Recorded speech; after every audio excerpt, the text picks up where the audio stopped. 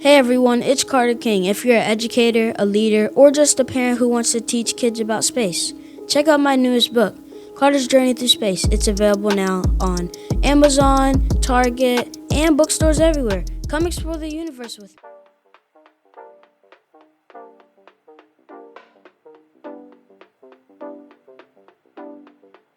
Welcome to another episode of the Contagious Culture Podcast. I'm your host, Kyle King, and the goal of this podcast is simple: to help you create environments where people thrive.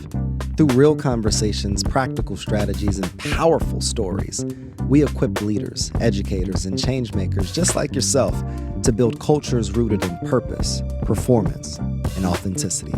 Because culture isn't something you talk about, it's something you live. This is the Contagious Culture Podcast.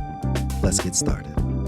Welcome back to another episode of the Contagious Culture Podcast. I'm your host, Kyle King, and the goal of this podcast is simple: to help you create ecosystems and environments where people thrive. Today's conversation I am especially excited about because it sits right at the heart of what so many mission-driven leaders are wrestling right now. How do we build organizations that are not only passionate, but sustainable? How can we bring in money into the conversation? And how do we move from this idea of surviving to really building and truly creating something that can last, that can thrive?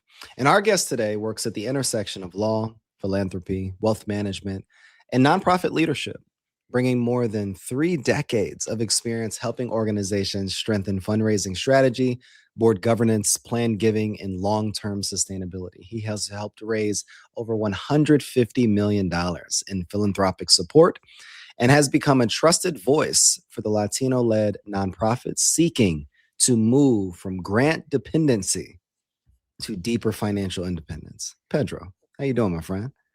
I'm doing well. Thanks for having me, Kyle. I appreciate you so much. Before we get started, I'd love for you to talk about who you are outside of the titles, outside of the different things that we often want to, that allows us to be introduced. Who are you and what are you really fighting for? Absolutely. Thank you so much for giving me this opportunity. So I am born and raised in Puerto Rico. I'm the youngest son. I'm the youngest of four.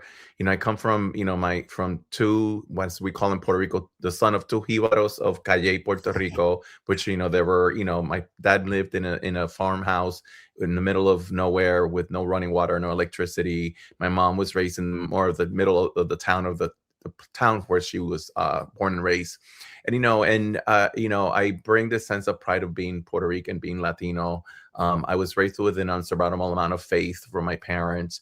My dad was a Korean War veteran. My dad went to college and grad school on the GI Bill, and raised four kids, put us through college, helped his grandkids go through college. Education was very pivotal and an emphasis in my dad's education. He was very clear that education elevates you to the next level, not only social economically, but professionally. So that educational aspect was ingrained in me from an early childhood. So for me, going to college was not a choice. It was more of where was I going to go?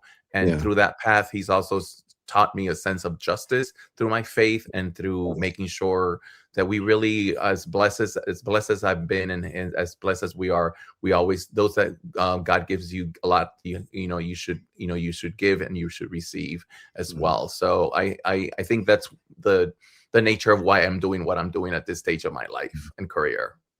I'd love to know, for the parents and for the people out there that are even raising young children and they want to embody that sense of service, that sense of giving back, that sense of philanthropy in a sense into their households. What are some of the things that were happening that created this condition, created this environment? Because even as a father raising two young ones, I recognize in my own experiences, there were things that opened up with me that helped me really lead into what I'm doing today. But I'd love to learn and just know and be exposed to what were some of the conversations or the things happening in your household that helped embody or just plant those seeds into you today. Absolutely. So as I mentioned to you, I was raised with an unsurmountable amount of faith, and my parents were, church goings, and my parents helped fundraise for both of the parishes that were built in the neighborhood that we lived in Puerto Rico and in South Florida later in life. And I remember as a kid, my parents being very grateful for what we had. And I remember my mom grabbing and collecting bags of clothes that we were no longer using, and she would gift them to my aunts and my aunts of my dad's side of the family that lived in the middle of nowhere, Puerto Rico, kind of like the hand-me-downs, but they were still really good clothes Yeah. that she would give them. And as a matter of fact, I was in Puerto Rico not long ago, and one of my cousins would reminded us, like, your mom used to be so generous and give us all these great clothes that didn't fit you guys that we were able to use. And also the other thing is, my dad was an accountant, and I remember every once in a while on Sundays, my dad would sit down and kind of reconcile his checking account, which is something for the elderly people to understand. But I remember my dad sitting down and, kind of getting a stack of envelopes, which at this point in my life, I knew what they were. They were annual appeals, end of the year appeals from Catholic Charities or the Disabled Veterans Association, or mostly anything pertaining to poor, faith, and military. My dad, that was his soft spot. And I remember him just writing checks. And my parents were those donors that wrote 10, 20 checks of $25 each and send them. And I can't even tell you, particularly with the Catholic Charities, how many plastic bead rosaries my parents had at home, that when my mom passed away, I kind of took all of them and said, I can't throw these away. So I think that sense of giving and seeing my parents being philanthropic, but also the sense of being so blessed that we have, so we give, and the joyness that I saw in my parents writing those checks. And like I always say to people, even though they were not big checks, they were small checks that had a big impact not only on my parents' life but in my life as well. I love that. And I love how you mentioned the word giving, like giving. And I'd love to ask this question of, what are you giving? Like, what is your hope to give to the world, to your communities that you're wanting to continue to build up and empower?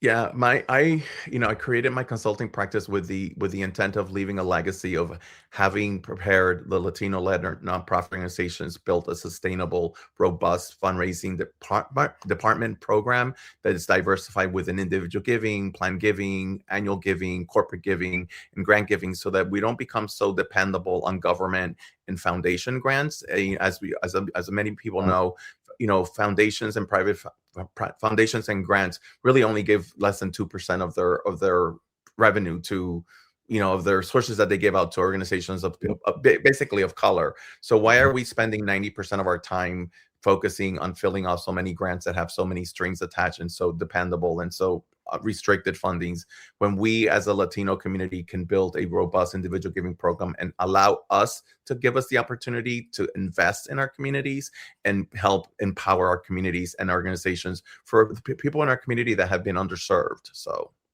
for someone who isn't in fundraising, maybe it's that leader or someone that wants to continue to grow into this field, you mentioned a lot of different ways that people could give: annual giving, planned giving, all of these different categories as a sense. Can you walk through all of the different ways that organizations can receive funds from individuals or companies?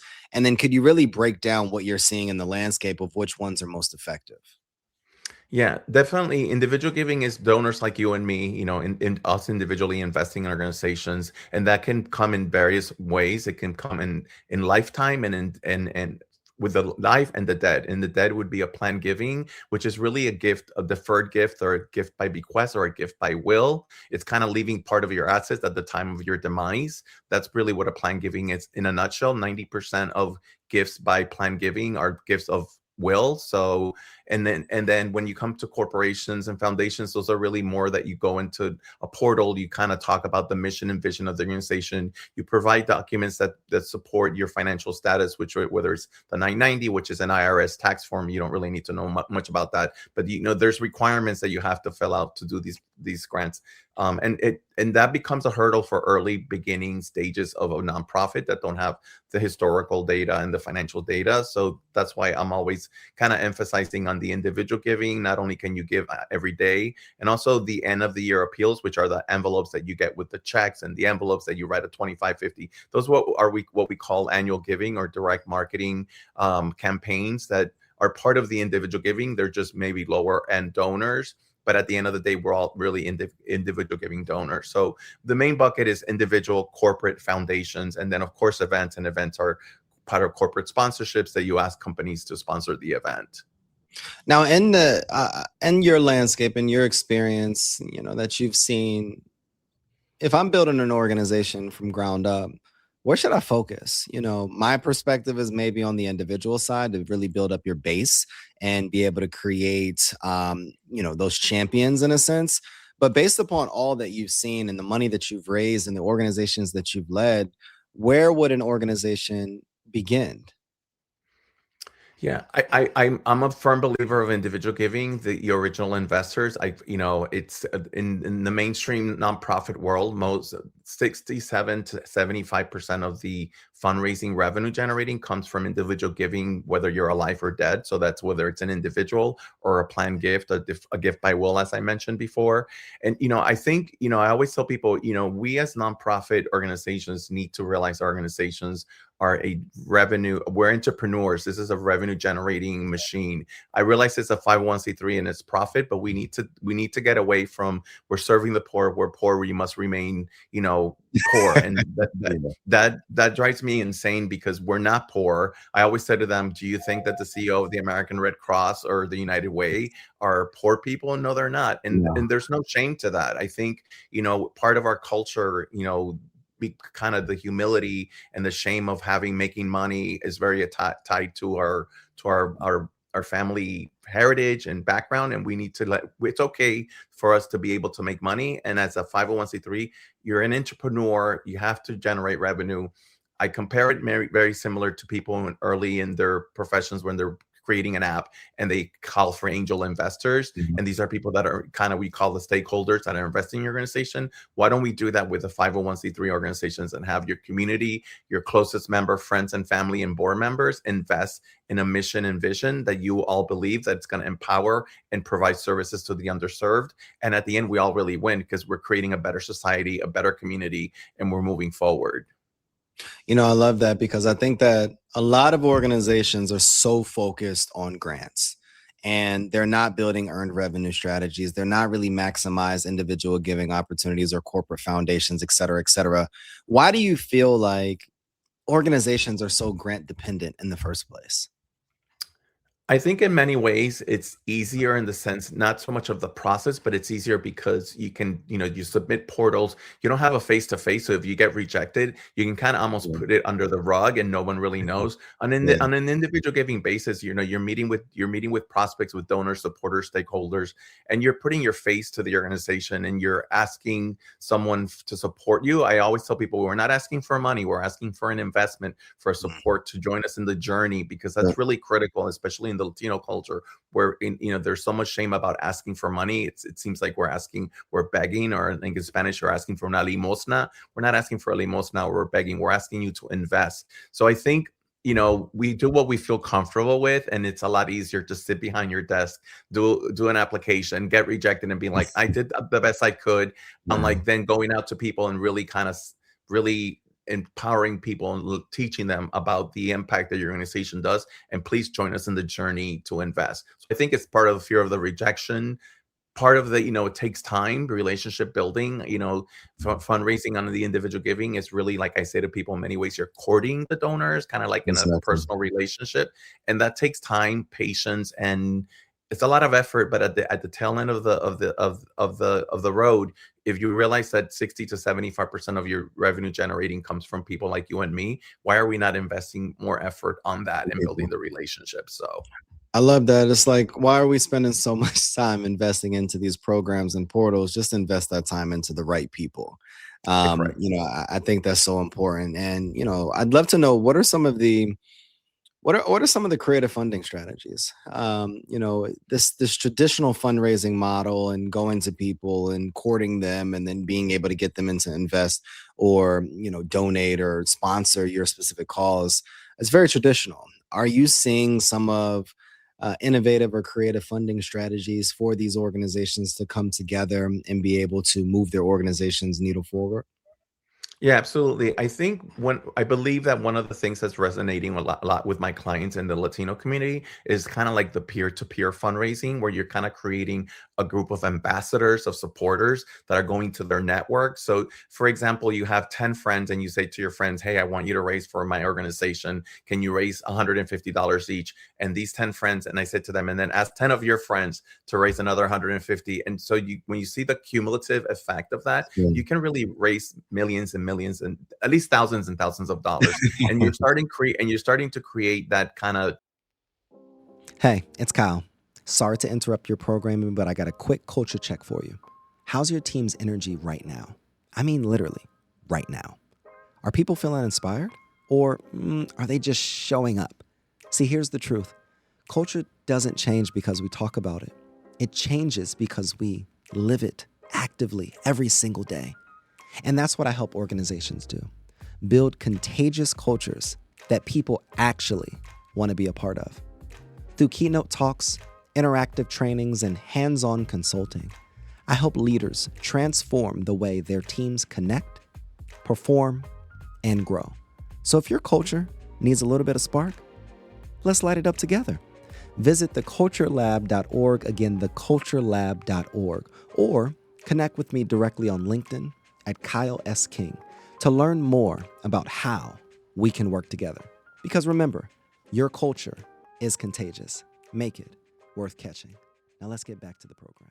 Familia to the donor base, you're kind of creating your what we'd call your portfolio of supporters. And then, and I think that resonates better with our communities because it's community based, it's community fundraising, it's peer to peer, and we feel more comfortable when we invest in doing those kind of issues. I mean, I compared it very similar to how many Latino families have raised money for a quinceañera for their cousin, or tia, or sister, because those are things that are important to us. Or, I live in the Washington, D.C. area, and you see a lot of that peer-to-peer fundraising in moments of despair when we've had a lot of people from Central and South America that pass away in D.C. and their families want to send their body back to the country so that they can have a proper burial in their country. And we do fundraising to take them bodies. So it's something that we're already doing. It's almost similar to the giving that we do at church every Sunday that everybody puts in the basket. Why are we not doing that within our communities? And that seems to be resonating and not as threatening as to going to traditional mainstream kind of prospecting a donor, taking them out, having coffee, and then making the ask. What are some of the things like that executive directors are overlooking, or maybe they misunderstand about really that intersection or that process between really building and nurturing that relationship for that to even be able to happen? I think a lot of it, I would say that most of the executive directors sometimes that I've worked have lack the experience of fundraising. They've been really strong program directors, or they've been involved with the fight, with the cause, and have never really maybe had put stepped into the space of asking people for money, doing the fundraising. And I feel executive directors need to understand the importance of what it takes to be able to raise funds. I'm a member of a Somos el Poder, which is a Latinx fundraising institute. And one of our things that differentiates us from the traditional association of fundraising professionals is that we bring into our conferences and to our training the executive director, the chairman of the board, and the development director. And we teach them the synergy and the relationship and the role that all three of them play in the fundraising aspect. And I think a lot of executive directors, they're so busy with creating and the policy and the mission that they forget that you need to generate revenue to be able to pay not only your salary but the salary of the staff that are doing the work that you're providing services for. And you mentioned boards earlier in your answer. Can we talk about the importance of boards and some of the misconception of boards are essentially just here to govern? Like, they are also revenue generating parties as well that should be going out there and being culture carriers for the mission. Can you talk about that as well? Yeah, I mean, absolutely. It's interesting. It's very timely because I just published an article on LinkedIn about the passion and the mission for board governance. And I think a lot of board members join a board and they think that they're just a volunteer, and they don't realize that they have legal responsibilities, fiduciary. Often, I think we fall into the rush of filling in the seats with friends and people we know, but we really truly miss the opportunity to truly equip the board members and tell them the knowledge and their, their duty to care, the duty for the duty to be loyal, the duty for obedience. That's part of the, legal aspects of a board, and that they have a duty and responsibility to the organization, fiduciary duty to help in the fundraising, that, they should be getting or connecting us with people that can do the Yeah. fundraising. If you sit on a board and you're not providing any of those services, I always tell people, you should sit on an advisory committee and help give advice, but we don't need the advice. We really need the manpower to help us identify people who are willing to invest in our organizations. I love that. One of the things in your work in our initial conversations is that, passion is great. Passion is important. Passion is wonderful within organizations and people that really believe. But you've made it very clear that passion without systems is dangerous. Like, what are some of the systems that matter most or even matter first in building an organization that is sustainable? I think really looking and analyzing the people that are supporting within, whether it's your volunteers, your board members, even your staff. I've worked in organizations that, I hold as the program directors, who are for the most part social workers, that you're part of the fundraising relationship because you're the one providing the services in the program, and I need your information to be able to talk to our donors and prospects, whether it's on the individual giving person or whether it's on a corporate or foundation or sponsorship. But I think I'm a firm believer of having to sit down with everybody and kind of giving them a map road of the expectations of the duty to care, the duty to loyalty, the duty to obedience, their fiduciary duty. I think the personal philanthropy, every board member of a nonprofit should contribute from their own resources. Making a meaningful and personal donation allows them to lead by example. I always say, if you don't have skin in the game, how can I ask for someone to give when you're not getting? And then also kind of connecting us beyond their own wallets. They should be able to be strong advocates of the mission and commit to opening doors to help us build a most robust. So I think when you're starting an organization, I think you have to have those conversations, because sometimes we start providing the services and we forget.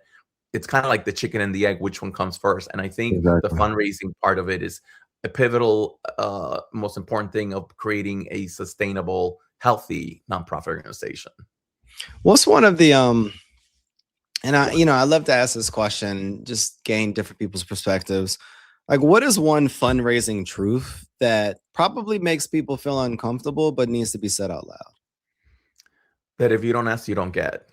And and also that by not asking someone, you're depriving them of the joy of giving. It's been proven that most people who are donors who give live a happier, healthier, longer life. So you shouldn't be depriving me from giving me part of my joy in writing a check to you. So, and I think the fear of rejection you should overcome that and realize you're not allowing them to have the opportunity. And also, like, people don't give because they don't ask. In Spanish, they say, if el que no chilla no come, if the baby doesn't cry, he's not going to be fed.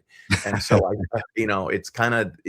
it's just as simple as asking, what are you thinking? Or what role do you see in this organization? How do you want to support us? I mean, it's just basic conversations without having to say, can you give me money? Because that's not what we're asking them to do. What are some of the questions that executive directors and leaders of organizations can be asking themselves and reflecting on, so that they can be able to show up in this space a little bit better and a little bit more confidently as well? Yeah, I think doing a lot of self-reflection as to the role that they play. I mean, I always feel that the executive directors are in many ways kind of like the chief development officer, even though they might have a chief development officer, but they're kind of like the big ambassadors. Is kind of like you're the leader. When people think about the United Way, they think about the executive director. When you think about the Urban League or the double ACP, you immediately think of certain people that are in those roles. And so you're like the captain of the ship. And so you should really kind of be aware of, how can I build this community of funders, volunteers, and supporters and ambassadors to build a robust organization that's also providing support and services to my staff and lead by example. So I think, by reflecting on that, I think you would be a much better leader. I love that. Because Before we can advance, I believe there's a reflection, there's an introspection that needs to happen so that we can really be able to see the full landscape of everything that's really going on. I'd love to know like why this work, like what keeps your fire burning. There's with your background, you could do a lot of different things. Like why this work and why now? Uh, I mean, it's. I think it's my call. I feel a Mm, strong sense of faith that I have the skills that I help empower people fundraise. I just came off from a 2 day full conference from Somos el Poder fundraising con ganas, and to see 100 Latino-led organizations and leaders and board members, kind of us giving them the tools and the resources to fundraise, and you see these faces light up, have an aha moment, feel yeah. empowered. I'm all about, I'm not so much about the revolution, but I'm about the movement. And Mm, that sense of me giving people that power is just, it's kind of, it just fills my soul. It's what keeps me going, to know that I was able to pass on a skill that I was been blessed to have to people that can use it and build and become better, meaner, leaner, and greener, and kind mm, of build their organizations. There's nothing better than to hear someone who I've trained or I've coached, or I'm doing my consulting practice, that said, we were able to raise X amount of money more because of this idea that you gave us, or because of the mm, encouragement. And for me, I'm making this piece of the world of my life a little bit better. And I always feel like at the time of me no longer being on this earth, I want to be remembered, but what I did, not what I gave. that's good. What I did, not just what I gave. I love that. 3 to 5 years from now, what would you have wanted to do that would allow people to really remember you? Ideally, having Latino-led organizations, or honestly, any nonprofit organization, kind of having a really build their individual giving, going from, we only had 5% of our revenue came from individual giving. Now we have 30-40%, and the momentum is growing and bigging and bigging. And that was all because I kind of planted the seed that they watered, that they cultivated, that they nurtured, and have built a robust system. And also the other kind of thing that I would want to leave behind is that we should be talking about planned giving. We're getting into, the youngest person of the baby boomer generation will be 62 years this year. Between now Wow. and 2045, it's what we call the greatest transfer of wealth in the generation of our history. We're going to Wow. be, if I'm not mistaken, we're going to be passing on from baby boomers generations to the next generations and nonprofits over $70 trillion worth of wealth going to organizations. So if we're not creating these plan giving programs, whether it's a an IRA required minimum distribution, on your website, or a plan gift, or a bequest, or a gift of stock, or maybe getting more familiarized with what is an donor advised funds. Why is this important in our community? We Yeah. do have people in our community that are ripe to be giving those kind of gifts. So between the individual giving and the plan giving, I feel the impact could be really reflective on the efforts that they make, and visible. For the leader listening in right now that is full of passion, is feeling overwhelmed like most leaders, that is underfunded, that is really unsure about the next step, what would you want them to hear from you directly right now? First of all, I would tell them to pause and breathe, because this too shall pass. And just kind of create a community of supporters.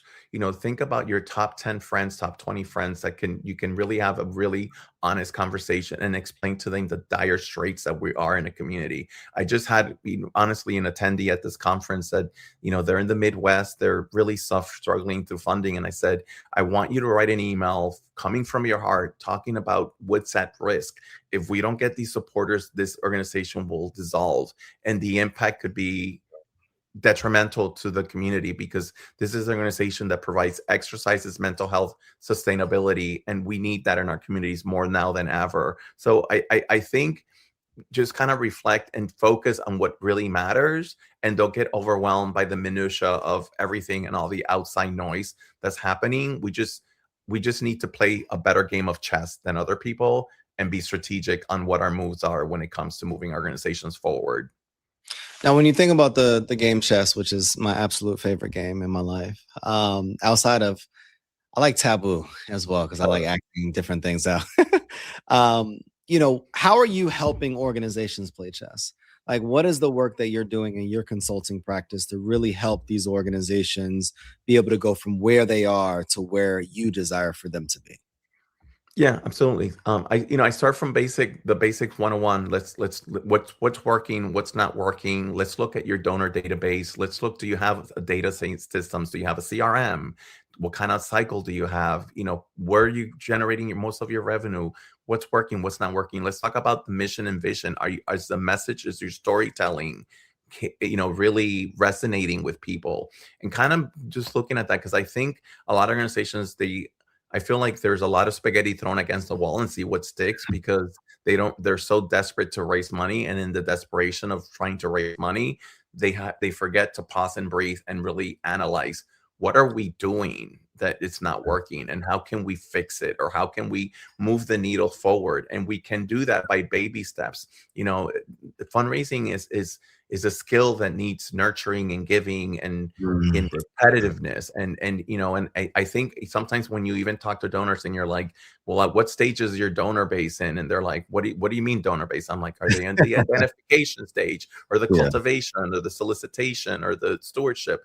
And kind of really teaching them about the different life cycles of a donor, Yeah. and making sure that within each life phase that they are being attended the way they should. And I think when you start kind of breaking it into more kind of attainable, kind of let's do it kind of thing, I think Yeah. it becomes, I've seen the difference. I consulted with an organization that didn't have an individual giving. We started in August.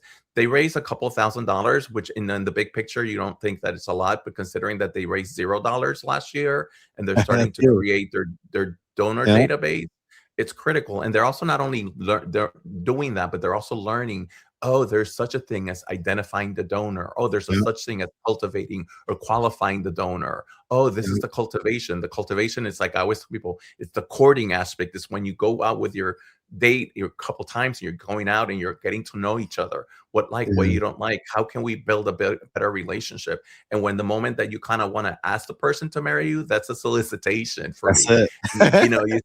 And then after you seal the deal, you have to keep the fire burning in the relationship, or whether Yeah. it's a personal, romantic relationship, or a friendship relationship. Friendships, you need to build the trust and the relationship and the life experiences. So that's what they're kind of doing with donors. And I think in fundraising, people just think about the transactional, having people write you a check, and that's not what fundraising is all about. I really appreciate how you even use that example, because when you get married, that's the beginning. It's not the end. It's not we get married and we went through this whole dating and courting and actual ceremony. And then it's like, all right, we did it. No, the real work begins. And for someone listening in, the real work begins with your donor once they show up, once they give, once they, join your committee or do these different things. That's where the relationship really begins, so that we can turn first these strangers into taking them through this journey to becoming your champions. This is such an exciting and amazing conversation, so rich. Where can people find you? How can they connect with you online? Yeah, so they can go to my website, which is pjrconsultingllc.com, or at Pedro Jose Rivera Esquire on LinkedIn. You can find me there as well. I love this. What is your word of encouragement, your word of wisdom, or just that one thing that you want to leave listeners with that want to continue to push this mission and push their needles forward in their communities? Resilience is our strength. Mm. Tell me more. Resilience. When I think about our ancestors, Latino people, Latino communities, we do come from indigenous cultures. We had our ancestors build fire out of sticks, build knives and things out of stone, build temples, build empires, built fortresses. And if we were able to do that with really no tools, and at those times we have the skills, we are a survival, resilient, strong culture, that we can, this too shall pass. So I'm Yeah. always like, resilience is our strength. Let's move forward. I'm like very palante. This too shall pass. And we have to be more strategic and intentional as we navigate through the challenging times that this country is going through. I'm so thankful of you, my friend. You communicated the necessary things in this conversation. So filled with wisdom, so filled with energy, but then providing listeners a system that they can be able to use. I'm so excited. I'm so excited to continue to build this relationship with you and continue to build with you as you continue to build organizations that are building and equipping our communities. If you're still listening in, follow Pedro on all of his channels. Work with him, reach out and have an actual conversation. He actually responds on LinkedIn. He's a real person, not a bot. And if this is your first time listening into the Contagious Culture podcast, we want you to review, share, and subscribe to our channel. For our listeners, we always end with this one question. What type of culture are you spreading? The energy you bring is the culture you create. Go make yours worth catching. It's another episode of the Contagious Culture Podcast, and we'll see you all next time. Thanks for tuning in to the Contagious Culture Podcast. If this episode challenged or inspired you, hey, take a second to share it with someone who's building culture in their world. Make sure to like, subscribe, and leave a review. It helps more leaders, educators, and change makers just like yourself join the movement. You can connect with me on LinkedIn or YouTube at Kyle S. King for more tips, tools, and methodologies to be able to help you create this ecosystem of absolute excellence. Until next time, lead boldly, live intentionally, and remember, your culture is contagious. Make it worth catching.